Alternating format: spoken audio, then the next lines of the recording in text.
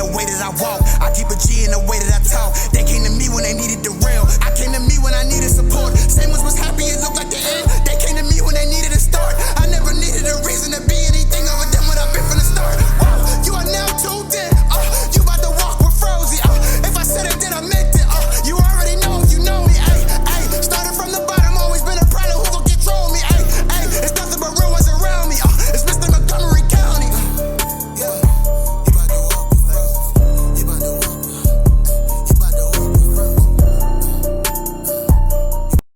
When you saw how the first two trenches went, did you feel like you missed out at all? Nah. Because you were in the building for the second event. Me versus Mike P. Yo, you showed up for me versus Mike P. I went inside so for that. Technically, you were in the building. Yeah. Now, you know, I want to talk about that. And if you can't or don't want to speak on it, that's okay. Nah, let's talk about it. So there was I was getting a lot of phone calls after that battle.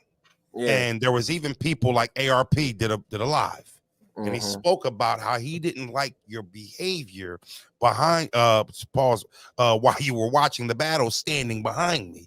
And he felt like you were being extra. And then I read the comments, and there were people saying it felt like Bill seemed like he was having an issue with Mike P. What was that about? Well, I mean, people have selective memory, and they pick and choose who to side with, and you know who's right and who's wrong. Everybody remembers Mike P was all up and down the timeline saying how he was going to whoop my ass. After the battle you guys had, correct, right? Not even after the battle we had, after his Geechee battle, because we did a spaces about it, of breaking down the event, and Chris Unbiased creep fucking took a small portion of the space where I was like basically frying Mike about, you know, not having defense. He didn't take the part where we're teaching him defense and telling him what to do and giving him his flowers and all that. He just took that one small piece, sent it to Mike, and gassed it like, yo, Bill Collector's in there just going in on you by himself in a fucking space of 1,000+. Right. He's going in on you. It's just Bill Collector. So Mike, you know, at the time, he's going through his emotions. He runs with it. He gets all up and down the timeline, get in the octagon, get in the ring, do this. We can fight this. I remember that. You a bitch this, you a bitch that. You understand what I'm saying? All I said was, bro, I see you in the world. Remember, I didn't do too much wolfing after that. Cool. You know what I'm saying? I see you in the world. I battled Sheed in Orlando. Mike lives in Orlando. Mike was also on the card. I expected to see Mike. Mike didn't pop. He didn't pop out day one. I relayed the message through Debo. Debo, you in touch with Mike P? Yeah. Tell him, like, we need to either talk like men or get into some gangster shit. My exact words. You can ask Debo. I'm out here. That's where he live at. Bill came in there looking like he was off of 30. 60. He pulled up and said, hey, nah, this not Philly. This was no, I know. All right, we'll get to that. I'll let you finish. Go ahead. So I'm like, you know, just let him know, like, I'm here in the city. If you know what I'm saying, we need to either talk it out like men, or we need to, you know what I'm saying, get into some gangster shit, get this shit past us.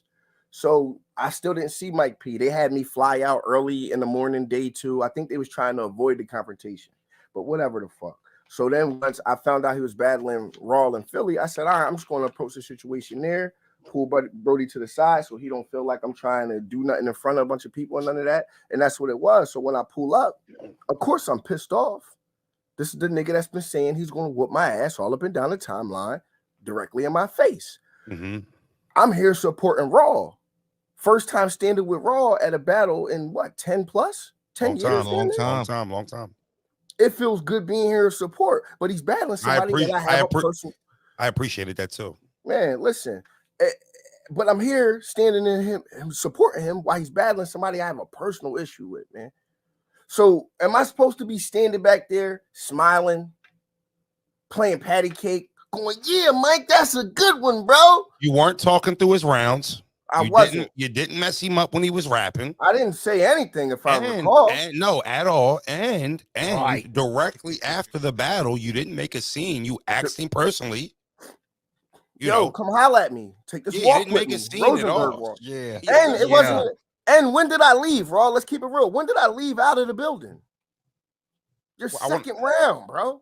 After the second round, did I not tap you and say, all right, I'm gonna be outside because I don't want to say nothing to Aaron? I think that was right before the third started. Right. If I'm not mistaken. But I know quickly towards the end of the battle, you was like, yo, I'm about to go outside. I'm about to go outside. And we had niggas coming out. You reminded me on the way in because when you pulled up, I said, "Damn, what's up, Bill? You all right?" Yeah, because I pulled up on timing. Yeah, and then you told me. No phones, no jewelry, mask on. I said, shiesty. I said, "Damn, I had forgot they had an issue." Yeah, I said, "Well, just wait till after the battle." Remember, I told you it was a couple niggas there that needed to holler at me. But I do want to say, to Bill's defense, he did not take advantage of Michael because he was out of town. Not at all. He could have made a scene. He could have had people rally and white boy packed them out. But he handled it like a man. The only person he had with him was his wife, I believe. Fact. So he did not try to take advantage of him. And I remember them after the effect when I was doing my interview, they walked back across the street together. So everything valid. Yeah. So whatever everything, and then I also because Mike P already by the time we talked, he already knew the drop. Chris Unbiased spiced it. He heard the rest of the spaces. He knew niggas wasn't in there trying to play him. For one, for two, nigga, I'm not a turkey. He was like, yo, I didn't expect you to even really Why wouldn't I, bro? We men, bro. So I don't know. Like I seen what certain people were saying. I seen what Adam said. And that shit kind of like threw me off because ARP, you don't even like this nigga, for one. For two, I'm standing with a nigga that's been carrying your league. Not carrying by himself. He got it on his back. He the only one. But one of the main niggas carrying your league, bro. Helping you push shit forward. Take shit to the next level. I don't got nothing but respect for you. I don't show nothing but respect. You understand what I'm saying? The last thing I said about RBE on the internet was, yo, that was the best card of the year, if I'm not mistaken. Now let's transition to that now. Yeah. What is up with you and ARP? Bro, ARP's upset because of some shit that happened in Spaces. You remember that day in Spaces, bro? Because I had you and Jag come into the Spaces. We was arguing about who won y'all battle, and we played the rounds. You understand what I'm saying? Niggas screen record that, hit up Adam, all Bill's bootlegging, this, that, and the third. They holding the stream. All right, cool, bro. Adam hit me up about it. I told him what it was, and I still apologize as a man. Look, my fault, bro. I was still wrong all around. Here's an apology on my behalf for what I did, the part that I played in it. You understand what I'm saying? But then he hits me up again the day we burying Busy. Rest in peace, Busy Bias. Rest in peace, Busy Bias. We getting ready to bury Busy. He hits me up at 6:30 in the fucking morning. That's hold up. Long ass message. So real quick. Still talking shit about the situation that I just apologized to you for. We just cleared up. Now, I know you not to be a liar, but I know for a fact you're telling the truth because that nigga wakes up at 3 a.m. every day. Oh, bro, the message at 6:30 and I was like, I couldn't believe it. and you know what? It's funny because I don't think people understand that if you're from southeastern Pennsylvania, none of us are morning people. None of us. Like this state runs on coffee and caffeine. And when I wake up, you say the wrong thing to me, it's going to be an issue. And that's what a lot of us. So I can imagine you reading that text at 6:30, like, yo, I'm not in the mood for this shit. Funny. When I still ain't even really lose my cool. It's the twist. I've been maturing, bro. I kept it real professional. Look, man, I'm getting ready to bury my man. Like, this shit is out of pocket. I already told you what I said. You dig what I'm saying? If you want to take it to the next level, bro, you threatening me like I don't got lawyer money or a lawyer already ready for some fuck shit. I keep my lawyer ready for fuck shit. I go through fuck shit randomly. You dig what I'm saying? Car accidents, all types of stupid shit. He's ready. He's paid. He's good. You feel me? Probably owes me money. I done paid the nigga so much. Real rap. So it was like a trickle down effect because I know I got on the timeline and just said some slick shit. I didn't like really tag him or nothing. I didn't say who it was. I just said some slick shit. He repeated, like he replied with some slick shit. I left it alone. I thought it was that. Then I see him do the recap of the event, and he's like, Bill Collector back there looking all corny, and why don't you just give the man the fade he's looking for? And you know what I'm saying? You was corny jumping on stage versus the niggas that knocked you out. And it's like, damn, bro, like, all right, nigga, like, Now you being a cornball because here's my phone number. You got it. Here's your phone number. I got it. I reach out to you like, yo, what's the issue? Because I'm not doing all this internet shit. You ignore me. I called him a coward. I admit it. I get that upset me enough that I said, man, you acting like a coward right now. Right. You understand what I'm saying?